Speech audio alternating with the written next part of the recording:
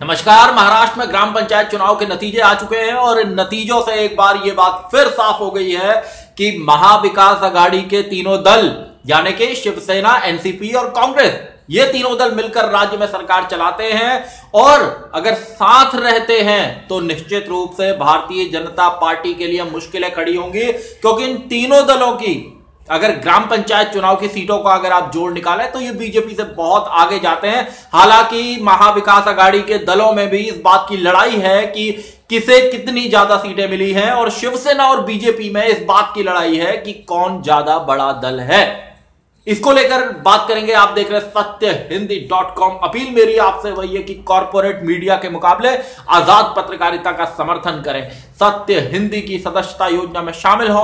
आर्थिक भुगतान का लिंक हमने डिस्क्रिप्शन में दिया हुआ है। महाराष्ट्र में सियासत लंबे वक्त से गर्म है, क्योंकि हाल ही में जब बीजेपी के बड़े नेताओं ने, केंद्रीय मंत्री राव साहब दानवे या पूर्व मुख्यमंत्री देवेंद्र फडणवीस ने इस बात का दावा किया था कि महाराष्ट्र में जल्दी उनकी सरकार बनेगी, तो उसके बाद राज्य के अंदर सियासी चर्चाएं होना शुरू हुई थी। क्या महाराष्ट्र में भी ऑपरेशन लोटस चलेगा? ऑपरेशन लोटस के बारे में आप जानते हैं कि कर्नाटक, मध्य प्रदेश जैसे तमाम विपक्षी राज्यों में ऑपरेशन लोटस के जरिए बीजेपी पर इस बात का आरोप लगता है कि उसने विपक्षी दलों की राज्य सरकारों को गिराया है।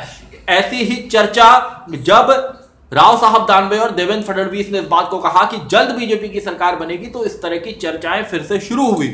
उन तमाम चर्चाओं के बीच में ये महाराष्ट्र के ग्राम पंचायत चुनाव होने शुरू हुए और इसमें सभी दलों ने जोर लगाया।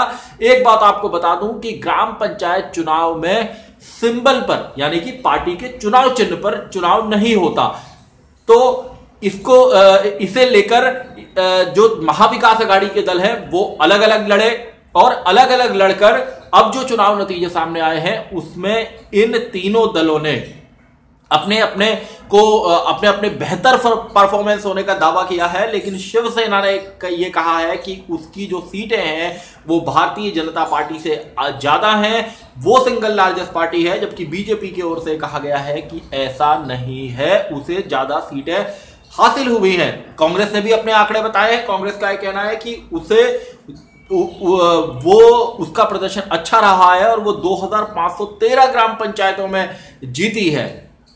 इसका और कांग्रेस की नाराजगी इसको लेकर है शिवसेना के बताए आंकड़ों को लेकर, क्योंकि शिवसेना ने जिन आंकड़ों को दिया है उस हिसाब से कांग्रेस चौथे नंबर पर दिख रही है।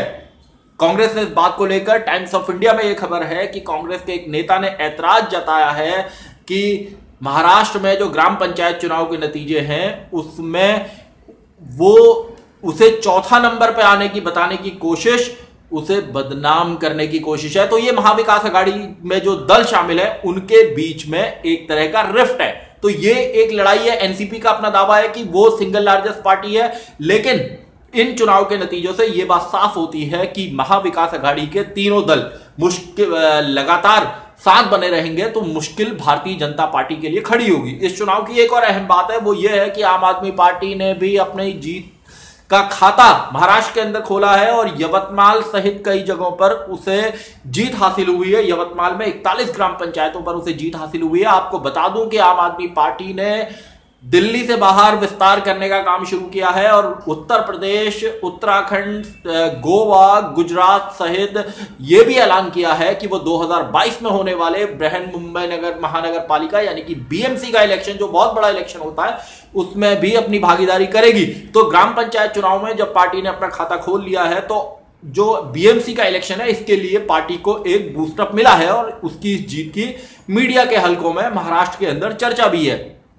अब जो बीएमसी का इलेक्शन होगा 2022 का, उसमें अगर महाविकास आघाड़ी के तीनों दल मिलकर साथ चुनाव लड़ते हैं तो बीजेपी के लिए मुश्किलें खड़ी होंगी। लेकिन अगर ये दल अलग अलग चुनाव लड़ते हैं, और ये बात मैं इसलिए कह रहा हूं क्योंकि कांग्रेस के मुंबई इकाई के नवनियुक्त अध्यक्ष, उन्होंने भी हाल ही में इस बात को कहा कि वो चाहते हैं कि कांग्रेस अपने दम पर बीएमसी का इलेक्शन लड़े, लेकिन इसको लेकर शिवसेना बात साफ कर चुकी है कि ये जो इलेक्शन बीएमसी का है वो ये तीनों दल मिलकर लड़ेंगे।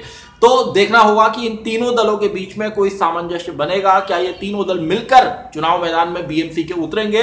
अगर ये तीनों दल मिलकर उतरते हैं तो बीजेपी के लिए मुश्किल है। अगर ये तीनों दल अलग अलग उतरते हैं तो ये एक दूसरे के लिए मुश्किलें खड़ी कर देंगे, क्योंकि सरकार में ये साथ हैं, सरकार में ये शामिल है। और जब ये चुनाव में अगर ये टिकट बंटवारा जो है वो बहुत अहम होगा, और अगर टिकट बंटवारे में इन दलों के बीच में कहीं कोई रिफ्ट होता है, कहीं कोई दरार आती है, लड़ाई होती है, कहीं कोई तनाव की स्थिति बनती है, तो निश्चित रूप से महाविकास आघाड़ी सरकार की परफॉर्मेंस पर उसका असर पड़ेगा। क्योंकि अगर आप बीएमसी का इलेक्शन अलग लड़ोगे और सरकार में साथ रहोगे तो आपको जनता के बहुत सारे सवालों का जवाब देना होगा।